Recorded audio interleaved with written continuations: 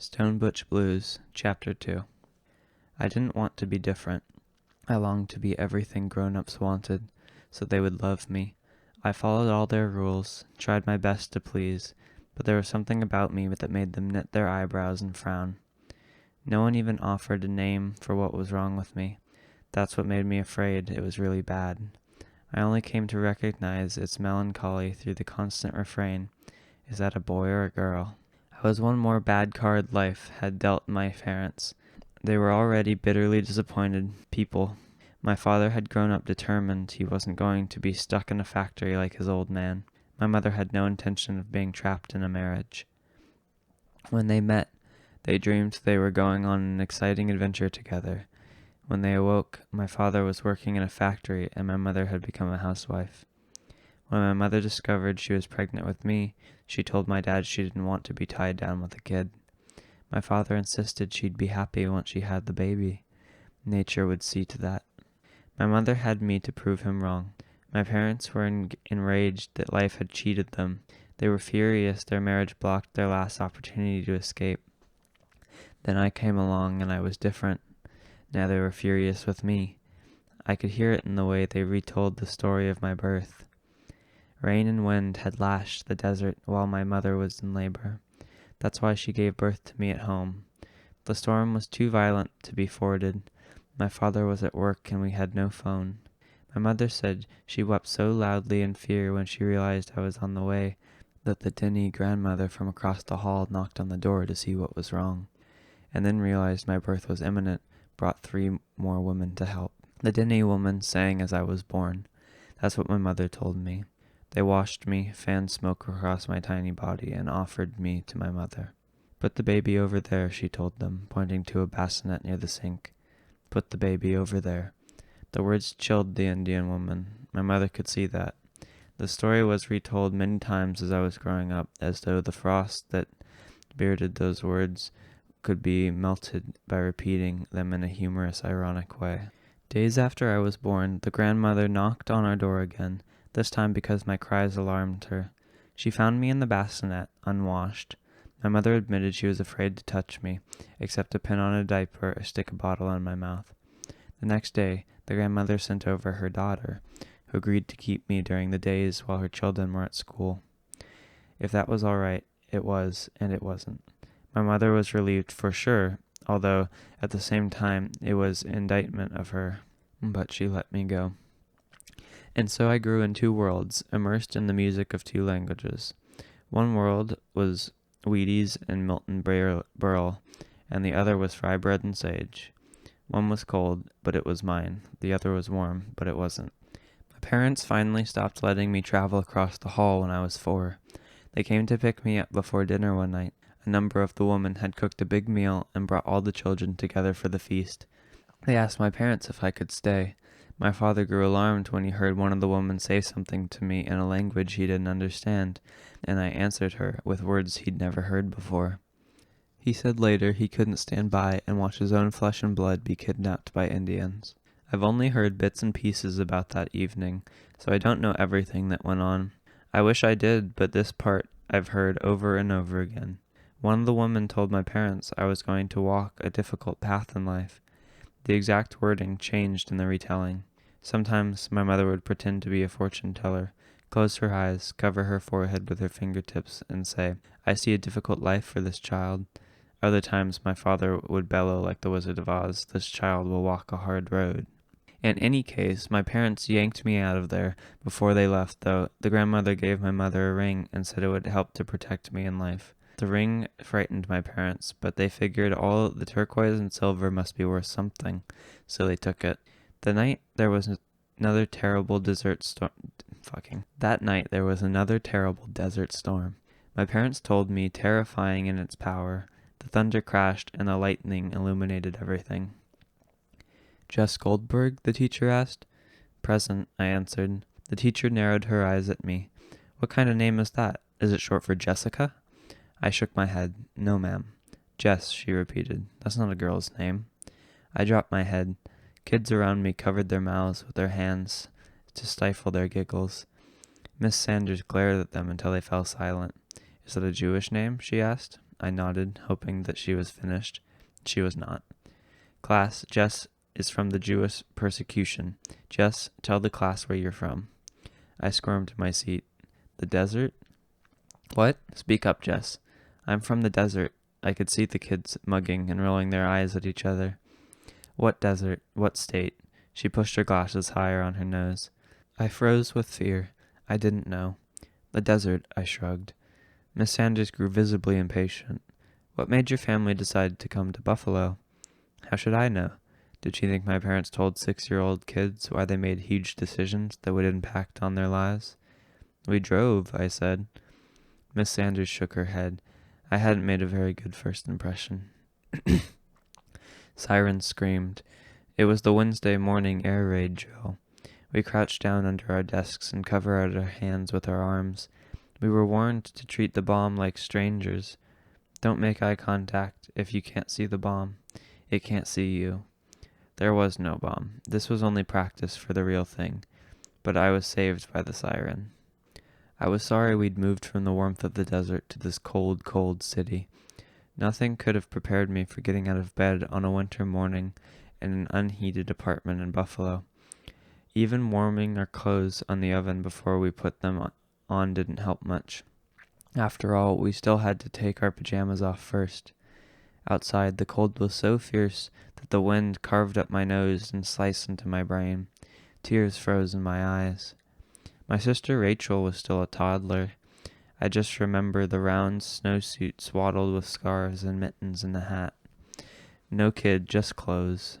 Even when I was bundled up in the dead of winter, with only a couple of inches of my face peeking out from my snowsuit hood and scarf, adults would stop me and ask, "Are you a boy or a girl?"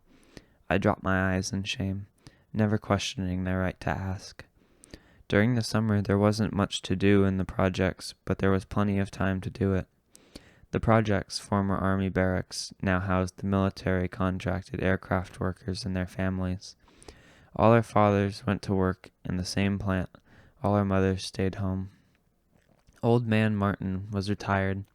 He sat in a lawn chair on his porch, listening to the McCarthy hearings on his radio.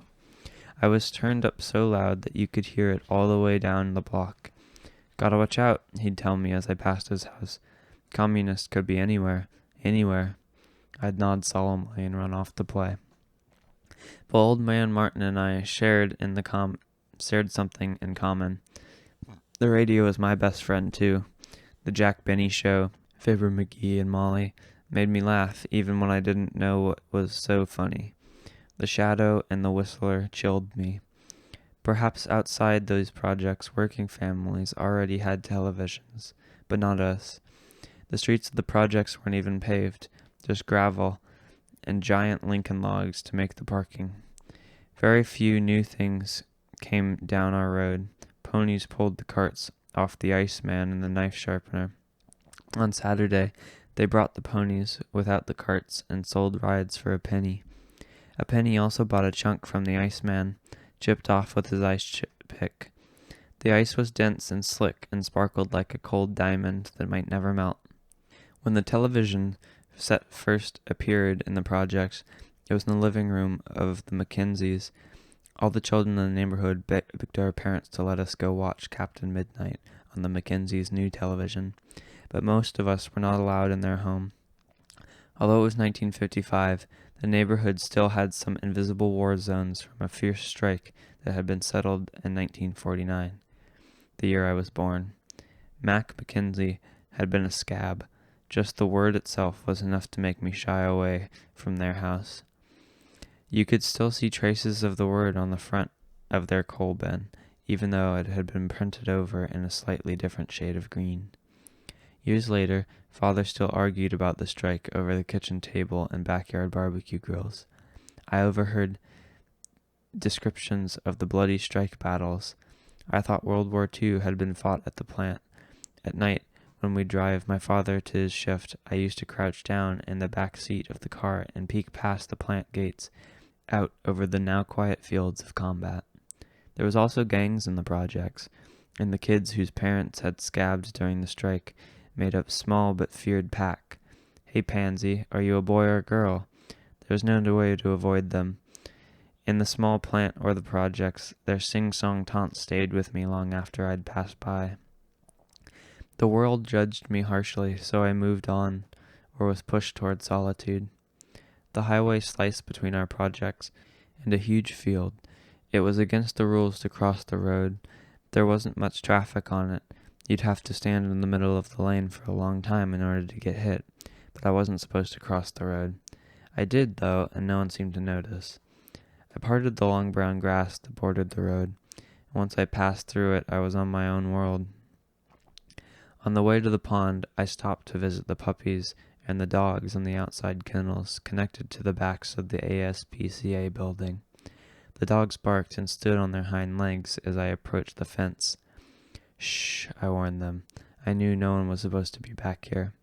A spaniel pushed his nose through the chain-link fence. I rubbed his head. I looked around for the terrier I loved. He had only come to the fence once to greet me, sniffed cautiously. Usually, no matter how I coaxed, he'd lay with his head in his paws, looking at me with mournful eyes. I wished I could take him home. I hoped he went to a kid who loved him. "Are you a boy or a girl?" I asked the mongrel. "Ruff, ruff." I didn't see the ASPCA man until it was too late. "Hey kid, what are you doing here?" "Caught." "Nothing," I said. "I wasn't doing anything bad. I was just talking to the dogs." He smiled a little. "Don't put your finger inside the fence, son. Some of 'em bite." I felt the tips of my ears grow hot. I nodded. "I was looking for the little one with the black ears. Did a nice family take him?" The man frowned for a moment. "Yes," he said quietly. "He's real happy now." I hurried out to the pond to catch pollywogs in the jar. I leaned on my elbow and looked up closer to the little frogs that climbed up in the sun-baked rocks. "Caw, caw!" A huge black crow circled above me in the air and landed on a rock nearby. We looked at each other in silence. "Crow, are you a boy or a girl?" "Caw, caw!" I laughed and rolled over on my back. The sky was crayon blue. I pretended I was lying on a white cotton cloud. The earth was damp against my back. The sun was hot and the breeze was cool. I felt happy. Nature held me close and seemed to find no fault with me. On my way back from the fields, I passed the Scabby gang. They had found an unlocked truck park on the incline. One of the older boys disengaged the emergency brake and made two of the younger boys from my side of the projects run under the truck as it rolled. "Jesse, Jesse," they taunted as they rushed toward me. "Brian says you're a girl, but I think you're a sissy boy," one of them said. I didn't speak. "Well, what are you?" he mocked me. I flapped my arms. "Caw, caw!" I laughed. One of the boys knocked the jar filled with the pollywogs from my hand, and it smashed on the gravel. I kicked and bit them, but they held me and tied my hands behind my back with a piece of clothesline. "Let's see how you tinkle," one of the boys said, as he knocked me down, and the two of the others struggled to pull off my pants and my underpants. I was filled with horror. I couldn't make them stop. The shame of being half naked before them, the important half, took all the steam out of me. They pushed and carried me to old Miss Jefferson's house and locked me in the coal bin. It was dark in the bin. The coal was sharp and cut like knives. It hurt too much to lie still, but the more I moved, the worse I made the wounds. I was afraid I'd never get out. It took hours before I heard Miss Jefferson in the kitchen. I don't know what she thought when she heard all the thumping and kicking in her coal bin, but when she opened the little trap door on the coal bin and I squirmed out onto the kitchen floor, she looked scared enough to fall down dead. There I stood, covered with coal and soot and blood, tied up and half naked in her kitchen. She mumbled curses under her breath as she untied me and sent me home, wrapped in a towel. I had to walk a block and knock on my parents' door before I found refuge. They were really angry when they saw me. I never understood why. My father spanked me over and over again until my mother restrained his arm with a whisper in her hand. A week later, I caught up with one of the boys from the Scabby gang. He made the mistake of wandering alone too near to my house. I made a muscle and told him to feel it. Then I punched him in the nose. He ran away crying. I felt great, for the first time in days. My mother called me into the house for dinner. "Who is that boy you were playing with?" I shrugged. "You were showing him your muscles?" I froze, wondering how much she'd seen.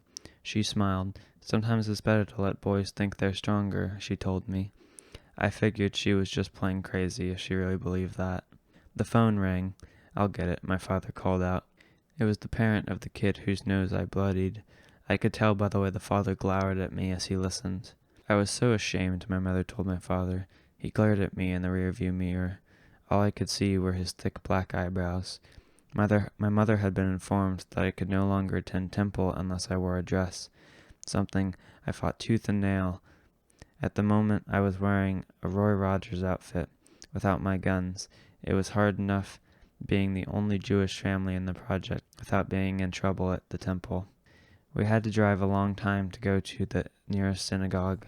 My father prayed downstairs. My mother and sister and I had to watch from the balcony like at the movies. It seemed like there weren't many Jews in the world. There were some in the radio, but none in the school.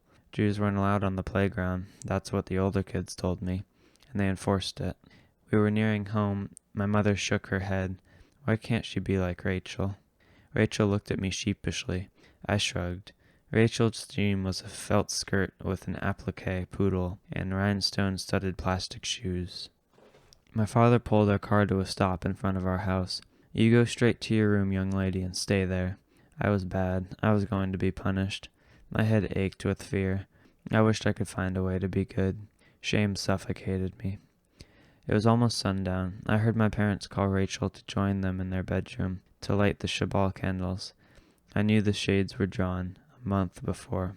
We'd heard laughter and shouting outside the living room windows while my mother was lighting the candles. We raced to the windows and peered out into the dusk. Two teenagers pulled down their pants and mooned us. And then it says the Kaesler, but I'm not going to read that. They shouted. My father didn't chase them away. He closed the drapes. After that, we started praying in our bedroom with the shades pulled down. Everyone in my family knew about shame and fear. Soon afterward, my Roy Rogers outfit disappeared from the dirty clothes hamper. My father bought me an Annie Oakley outfit instead. "No," I shouted. "I don't want to. I don't want to wear it. I'll feel stupid." My father yanked me on the arm. "Young lady, I spent $4.90 for this Annie Oakley outfit, and you're going to wear it." I tried to shake off his hand, but it was clamped painfully on my upper arm. Tears dripped down my cheeks. "I want a Davy Crockett hat." My father tightened his grip. I said no. "But why?" I cried. "Everyone has one except me. Why not?" His answer was simple. "'Cause you're a girl." I am sick of people asking me if she's a boy or a girl. I overheard my mother complaining to my father. "Everywhere I take her, people ask me." I was 10 years old. I was no longer a little kid, and I didn't have a sliver of cuteness to hide behind. The world's patience with me was fraying, and that panicked me. When I was really small, I thought I'd do anything to change whatever was wrong with me. Now I didn't want to change. I just wanted people to stop being mad at me all the time. One day, my parents took my sister and me shopping downtown. As we drove down Allen Street, I noticed a grown-up whose sex I couldn't figure out. "Mom, is that a he/she?" I asked out loud. My parents exchanged amused glances and burst out laughing. My father stared at me in the rearview mirror. "Where did you hear that word?" I shrugged, not sure I had ever really heard the word before. It had escaped my mouth. "What's a he/she?" my sister demanded to know. I was interested in the answer too. "It's a weirdo," my father laughed, "like a beatnik." Rachel and I nodded without understanding. Suddenly a wave of foreboding swept over me. I felt nauseous and dizzy. But however it was that triggered the fear, it was too scary to think about. The feeling ebbed as quickly as it had swelled. I gently pushed open the door to my parents' bedroom and looked around. I knew they were both at work, but entering their bedroom was forbidden, so I peeked around the room first, just to make sure. I went directly to my father's closet door. His blue suit was there. That meant he must be wearing the gray one today. A blue suit and a gray suit. That's all any man needed, my father always said. His ties hung neatly on the rack. It took even more nerve to open my father's dresser drawer. His white shirts were folded and starched stiff as a board. Each one was wrapped around with tissue paper and banded like a gift. The moment I tore off the paper band, I knew I was in trouble.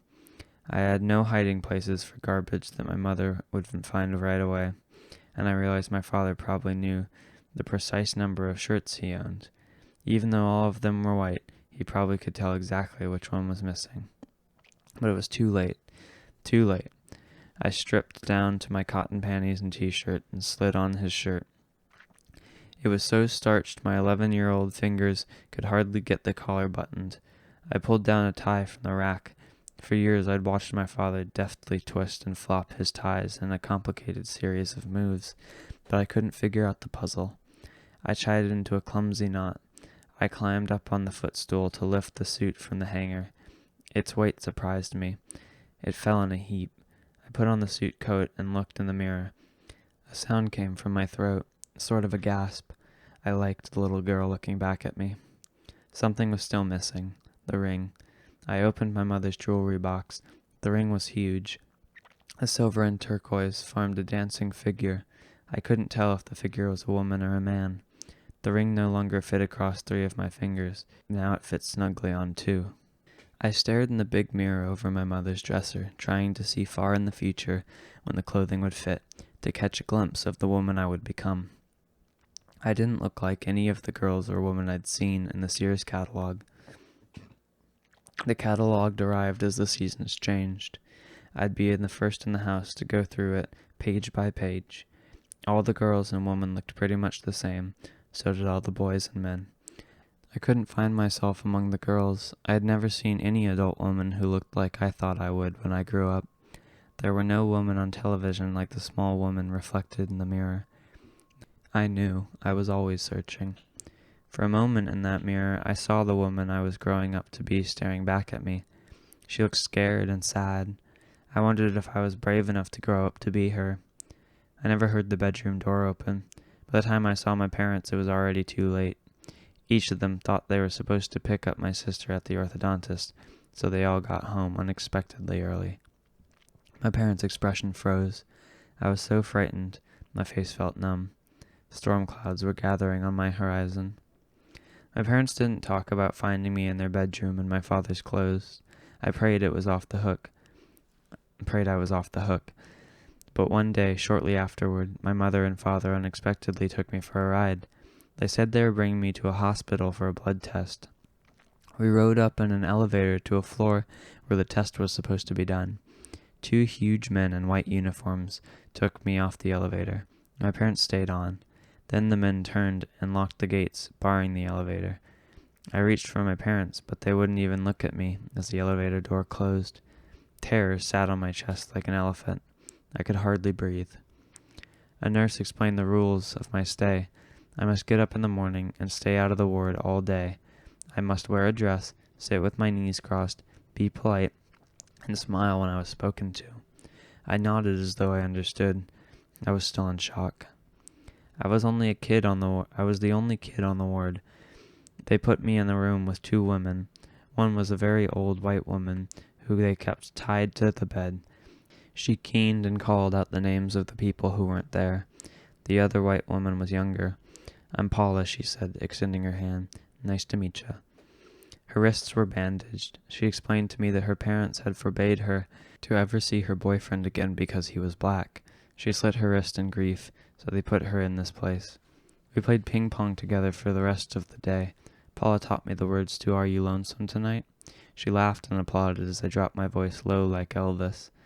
"Make trivets and moccasins," Paula advised me. "Make lots of them. The more the better. They like that." I didn't know what a trivet was. That night, I had trouble sleeping. I heard men whispering and laughing as they came into my room. I wrapped the sheets tightly around my body and lay very still in the silence. I heard the sound of a zipper opening. The smell of urine filled my nostrils. More laughter, and the sound of footsteps getting further and further away. My sheets were soaked. I was afraid I might be blamed and punished. Who had done this to me and why? I asked Paula in the morning. Nurses and orderlies came into our room when the lights was still gray behind the barred windows. "Rise and shine," they shouted. The old woman began calling our names. Paula fought the orderlies, bit their hands.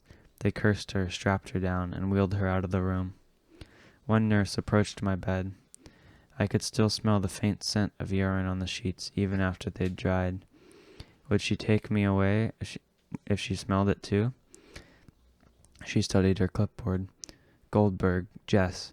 It frightened me to hear her say my name. I don't have a signature on this one, she told the orderlies. They all left the room. Goldberg, Jess, the old woman shouted over and over again.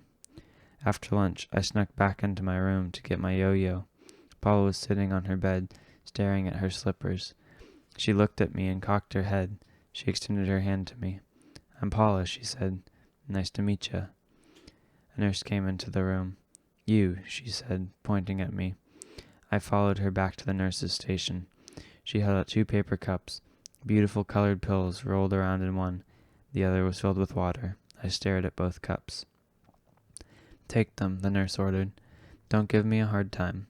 I already sensed that giving the staff a hard time might mean never getting out of here, so I took the pills. Soon after I swallowed them, the floor began to tilt as I walked. They made me feel like I was moving through glue. Every day I turned out more trivets and moccasins.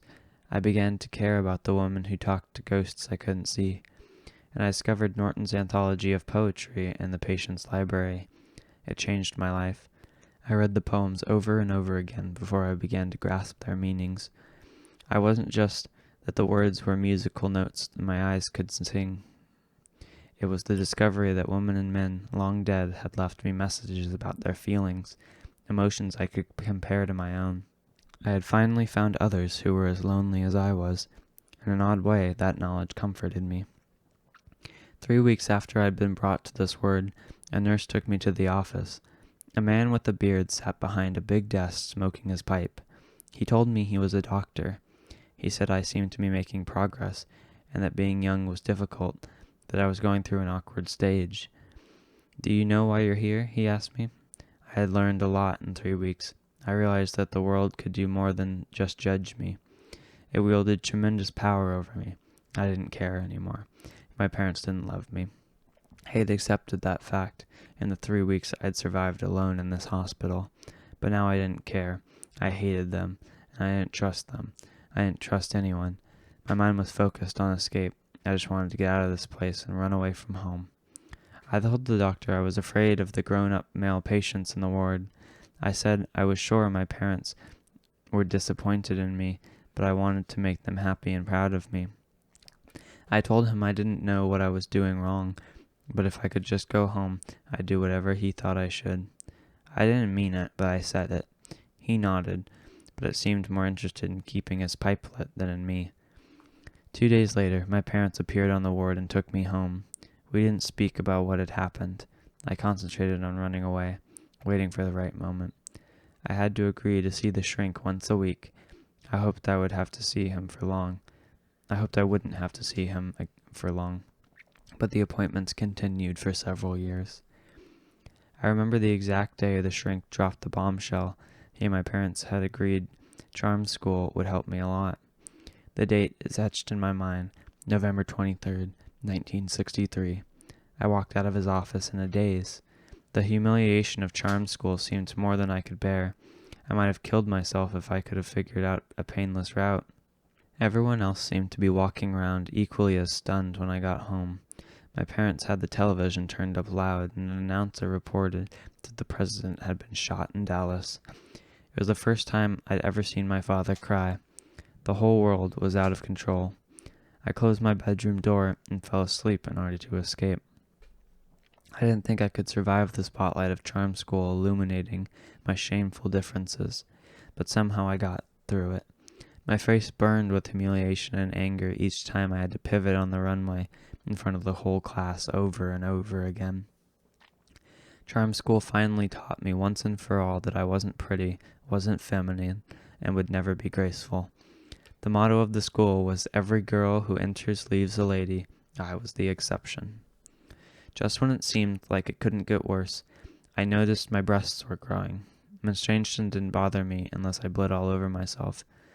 It was a private thing between me and my body, but breasts. Boys hung out in the car windows and yelled vulgar things at me. Mr. Singer at the pharmacy stared at my breasts as he rang me up my candy purchases. I quit the volleyball and track team because I hated how my breasts hurt when I jumped or ran. I liked how my body was before puberty. Somehow, I thought it would never change, not like this. Whatever the world thought was wrong with me, I finally began to agree they were right. Guilt burned like vomit in my throat. The only time it receded was when I went back to the land where they don't mind. That's how I remembered the desert. A didnt woman came to me one night in a dream. She used to come to me almost every night, but not since I had been in the psychiatric ward several years earlier. She held me on her lap and told me to find my ancestors, to be proud of who I was. She told me to remember the ring. When I woke up, it was still dark outside. I curled up in the foot of my bed and listened to the rainstorm outside my window. Lightning bolts lit up the sky. I waited until my parents got dressed before I snuck into the bedroom and took the ring. During the day, at school, I hid in the bathroom stall and looked at it, wondering about its power. When would it protect me? I figured it was like the Captain Midnight decoder ring. You had to figure out how it worked. That night, at dinner, my mother laughed at me. You were talking Martian in your sleep again last night when you were in bed. I slammed my foot down. It's not Martian. Young lady, my father shouted. You can go to your room. As I walked through high school corridors, a group of girls squealed as I passed by. Is it an animal, mineral, or vegetable? I didn't fit any of their categories. I had a new secret, something so terrible I knew I could never tell anyone. I discovered it about myself during the Saturday matinee at the Colvin Theater. One afternoon, I stayed in the bathroom at the theater for a long time. I wasn't ready to go home yet. When I came out, the adult movies were showing. I snuck in and watched. I melted at Sophia Loren, moved her body against her leading man. Her hands cupped the back of his neck as they kissed. Her long red nails trailed against his skin. I shivered with pleasure. Every Saturday after that, I hid in the bathroom so I could sneak out and watch the adult movies. A new hunger gnawed at me. It frightened me, but I knew better than to confide in a single soul. One day, my high school English teacher, Miss Noble, gave us a homework assignment. Bring in 8 lines of our favorite poem and read them in front of the class. Some of the kids moaned and groaned that they didn't have any favorite poem, and it sounded boring. But I panicked. If I read a poem that I loved, it would leave me vulnerable and exposed. And yet to read 8 lines I didn't care about felt like self-betrayal. When it was my turn to read the next day, I brought my math book up with me in the front of the room. At the beginning of the semester, I'd made a cover for the textbook out of a brown grocery bag and copied a poem by Poe across the inside flap. I cleared my throat and looked at Miss Noble. She smiled and nodded at me. I read the first 8 lines. From childhood's hour I have not yet been, as others were I have not yet seen. As others saw, I could not bring my passions from a common spring. From the same source I have not taken, my sorrow I could not awaken. My heart to joy at the same tone, and all I loved alone. I tried to read the words in a flat sing-song tone without feeling, so none of the kids would understand what this poem had meant to me, but their eyes were already glazed with boredom. I dropped my gaze and walked back to my seat. Miss Noble squeezed my arm as I passed, and when I looked up, I saw she had tears in her eyes. The way she looked at me made me want to cry too. I was as though she could really see me, and there was no criticism in her eye. The whole world was in motion, but you'd never have known it from my life.